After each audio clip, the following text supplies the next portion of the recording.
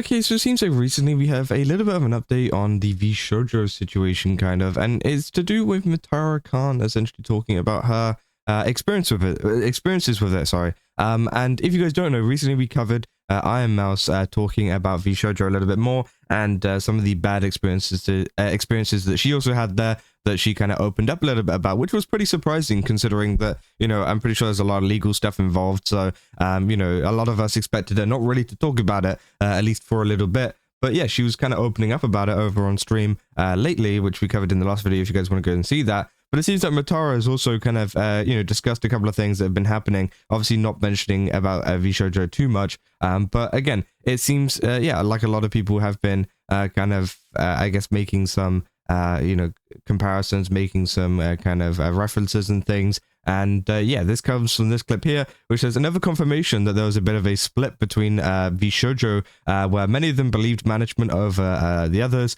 not just in 2023, when 3 members departed and got shit-talked by MTD, but even a few months before its final implosion, they were still in denial, which again, we'll go through this clip and then we'll talk about it. And yeah, there's a lot to talk about whenever it comes to the statement that they made up there. Last year, I've lost a lot of friends because it was a really bad year. It was a really bad year. I was really paranoid about getting sued, and it was just a bad year. I was also really paranoid because I was like, these things don't make sense. This is crazy. None of this makes sense. And people are like, okay, crazy, like, back it up. And I'm like, but I'm not crazy. Like, yes, I know I sound crazy, and I know that the things I'm saying are crazy, but I promise you, I'm not crazy. And I definitely lost, I think, a few close friendships that way. Like, even if one day we'll be back to being friends, to be very honest, I don't blame my friends for not wanting to be my friend when I'm, you know, psychotic. But in my case also, like, I hope you guys understand, it's like, it goes back and forth, right? I don't blame the people in my life who didn't believe me and took Gunrun's side in the situation when he was telling them sweet nothings in their ears, you know?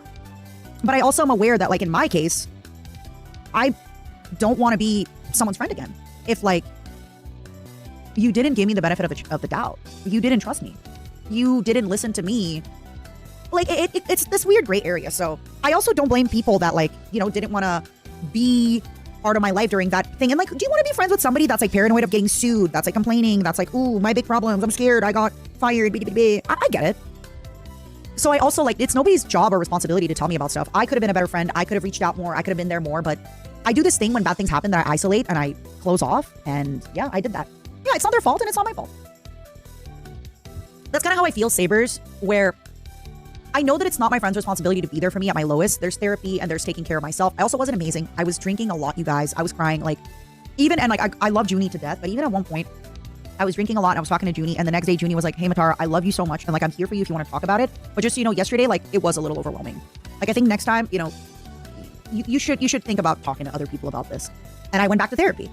And I'm really, really grateful that she told me. I think a lot of people would not have told me that. I think a lot of people would have just kind of like kept that in and not, but Junie was like, I love you and I'm there for you. But like, at a certain point, like, it got really overwhelming and it got just too much for me to bear. I'm not a psychologist. I'm not a psychiatrist. Like, I can't, I'm your friend and I want to drink with you and I want to hang out with you and you're awesome. But like, this is getting to that point where I don't have the tools to deal with that. So yeah, obviously she talks about a lot of these struggles that have been going on, you know, with that whole Vshojo stuff, the fact that she was like kind of freaking out about being sued and whatever, and that she was drinking a lot and talking to her friends a lot about problems and things, which obviously is terrible, right? And again, it seems like there was this kind of split, though, that I think a lot of people have been mentioning in terms of some people still getting behind like Vshojo and whatever, and not, you know, listening to Matara. And again, if you don't know, Matara essentially left a little bit before, you know, the whole Vshojo implosion, whenever everything came out, especially from ironmouse and stuff. So again, there was this kind of, I guess, period where, yeah, there was like, nobody knew that Vshojo was getting up to, you know, bad stuff. And obviously it was announced that Matara would be leaving and that she was let go by Vshojo. And yeah, obviously that time must have been pretty rough because of the amount that, you know, the staff at Vshojo were putting the talents against each other. I think there was a real kind of a long-term effect that this had in terms of, you know, the staff like Motendu and people like that trying to like shit talk other talents, and then also like making them go against each other, and then making them believe one thing and not another thing, right? There was a lot of manipulation going on within Vshojo, which I feel like had a massive effect long term, because obviously this post here says, so another confirmation, there was a split, and said not just in 2023 when 3 members departed and got shit talked by MTD, but again, they're saying a few months before the final implosion. And I do think that a lot of the stuff that happened in 2023 actually had a kind of knock-on effect to what happened, at the final implosion of Vshojo, at least in my opinion, because I feel like there was a lot of, kind of manipulation and kind of just like, I don't know, like social, like, I don't know how to describe it, but like there's a lot of, stuff and certain stuff that were kind of trying to make people go against each other, make people, believe one thing about another person. And especially, if they're doing that with people who are part of the kind of group, or not even a part of the group as well, if they're doing that with other members, right, then of course, I feel like it's pretty open, and I'm pretty sure it has been said before, that it was done to, it can be done to people who have left as well, including Matara, who obviously, parted ways with them a little bit before the implosion. So I'm sure that they did their best to kind of tell the talent, like, hey, this is going on. And sometimes the talent do believe them, right? Because of course, like, why would this big company lie to me? Why would they do this? It doesn't make a lot of sense, because you got to know that not every single Vshojo talent knew about what was going on within Vshojo, right? Obviously, there's some people that were catching on to it and were leaving early. But again, there were some people who literally found out everything that was going on, whenever that whole ironmouse post came out. So again, they were believing what the Vshojo staff were telling them and what was going on. And of course, that kind of, ruined a lot of the relationships with people like Matara, right? Because obviously she said that, a lot of people took their side instead of hers. And, that kind of affected things long term for her, because again, if they're not going to, take her side, then, can they really be good friends? And I understand that, right? Because of course it must feel pretty bad, whenever something like that does happen. And it's also, she does seem very aware of the fact that, there was a lot of kind of manipulation and stuff involved. So it's not entirely their fault that this happened, but it still does feel bad whenever it does happen. So she doesn't want to, be friends with them, or she doesn't really want to interact with them as much anymore. Which again, I think is fair enough, right? I think that is 100%, fair enough. And again, a lot of people have been getting behind her, right? But even more, people saying, yeah, there's a lot of interactions that don't happen anymore. Almost no one interacts with Mel. Also, Mousy and Zen are not interacting anymore. Fruit also seems to not interact with anyone. Fruit does interact with anyone. Fruit has been interacting with Zentreya. I literally saw it yesterday, was it? They were playing a game. Was it Apex or something? I don't know. But again, I'm pretty sure they do still interact. Maybe I'm wrong, but I literally remember a stream title popping up the other day saying like, Zen told me to play this game or whatever. So again, I think they are interacting. And then of course they say Fruit also seems to not interact with anyone, and Matara and Mouse also don't seem to interact anymore.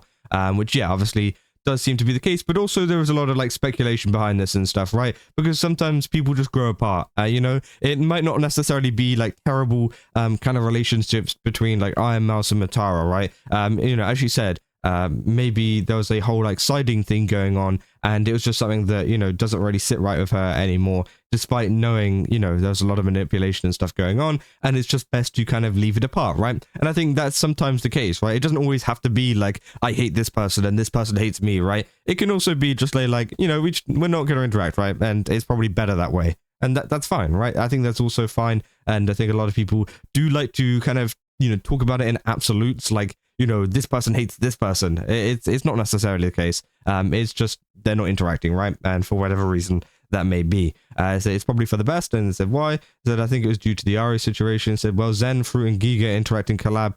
Still only Haruka isn't collabing with anyone anymore.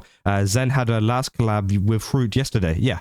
So again, Fruit and Zen have been collabing. So that's false. But yeah, Melody hasn't been interacting with anyone. It doesn't seem like. That it would make sense why none of the ex-Vshojos interact with Mel. She was probably one of the major talents who defended the company, and it probably caused them to cut ties with her when the truth came out. Even Kason doesn't interact with her, which yeah, I think is pretty interesting. And obviously, yeah, this also comes with a lot of speculation, right? Because people have been pointing out this person interacts with this person doesn't interact with this person does this and that. But at the end of the day, we don't know what's going on, right? We don't know what's going on between their own personal relationships between each other. But what we do know is, obviously, you know, it was a pretty bad time for them all together. And, you know, we have a better idea of what was going on behind the scene at Vshojo with this one clip here, which is the information that we do have. So again, you know, obviously there's going to be people that speculate over different interactions and things, but hey, maybe, you know, relationships can mend over a long time.